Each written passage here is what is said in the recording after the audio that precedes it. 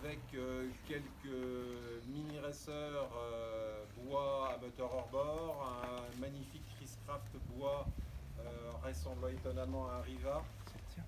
Nous espérons aussi des avions, des véhicules militaires, des camions de pompiers. Il va falloir agrandir. Grosso modo, tout ce qui roule. L'OMF est parti d'un pari fou mené au départ par la RSP de Lorient, dont l'un des membres fondateurs nous a trahis ici, qui est une émanation locale de la CO. Et c'est né grâce au génie du susnommé Alain Gadal, qui est quand même assez fantastique pour trouver des véhicules hors normes d'année en année et qui parvient à fédérer les énergies des passionnés de l'auto. De 2012 à 2014, nous avons fait 3 éditions à la Nester grâce à la clairvoyance initiale de VP Auto, M. Laurent Guignard.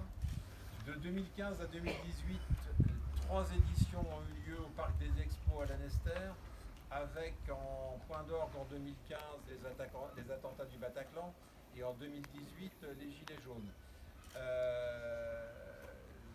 Pour 2020, il nous a semblé intéressant de changer un petit peu d'adresse, c'est pour ça que nous sommes à Vannes. Donc un leitmotiv, toujours et encore plus présent, se surpasser à chaque fois pour vous offrir des véhicules encore plus exceptionnels.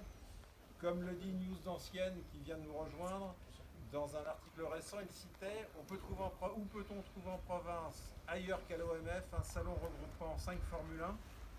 À l'époque, c'était la McLaren, souvenez-vous, la McLaren de Denny Hulme de 68, la Tyrrell de Jackie Stewart en 71, la March à 6 roues, 4 roues arrière, c'est le seul véhicule ainsi fait à l'époque. Il n'a jamais couru en course. La Lotus 79 de Mario Andretti. La Ferrari de Gilles Villeneuve, célèbre dans son duel avec René Arnoux en 79 à Dijon. Il y a nous aussi cette année-là la Mazda 787B, vainqueur au Mans en 91, faite par le musée de la CO. Accessoirement, on avait une petite Alpha 8C.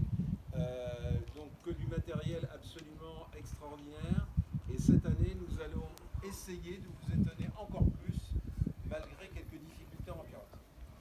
Donc pourquoi Vannes? Nous voulions nous recentrer sur le plan géographique pour toucher une nouvelle population et donc nous rapprocher de Nantes et Rennes.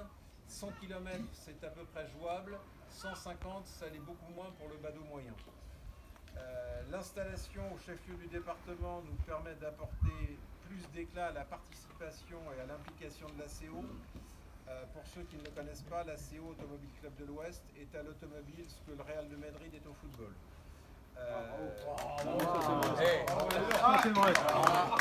C'est vrai. Il fallait la mettre. C'est content de celle-là. Bravo Zidane. Bravo Zidane. Pardon. Faut pas être supporter de Barcelone. Pourquoi?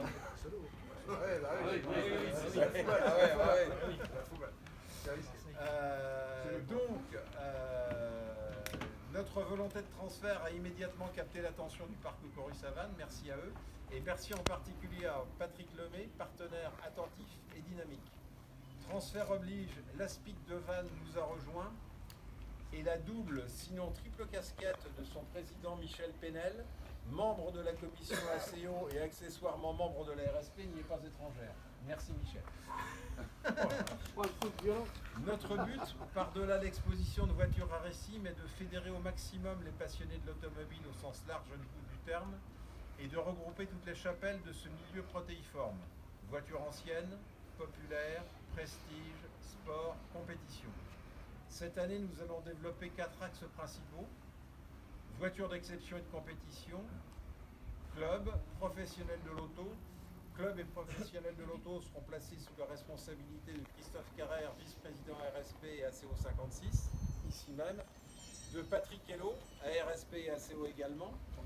Et nous aurons également un espace bourse, pro et particulier, sous la responsabilité d'Hervé Le Goualec, ici présent, numéro 49, à RSP et ACO.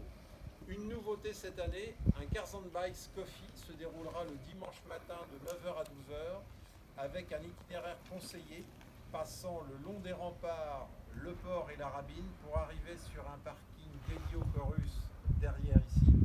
Dans le strict respect du code de la route, cela va sans dire. Cette année, le thème c'est 100 ans d'innovation, si vous ne l'avez pas vu.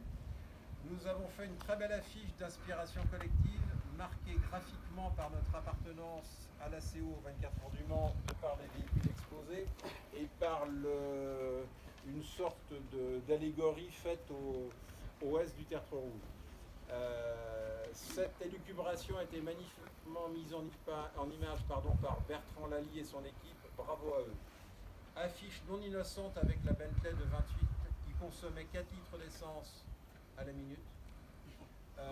Puis la Ferrari P4 de 67-68, la consommation est plus anecdotique, une centaine de litres, mais c'était surtout la voiture qui a permis à Ford de gagner, puisque sans la P4, il n'y aura pas une belle victoire Ford pendant quelques années.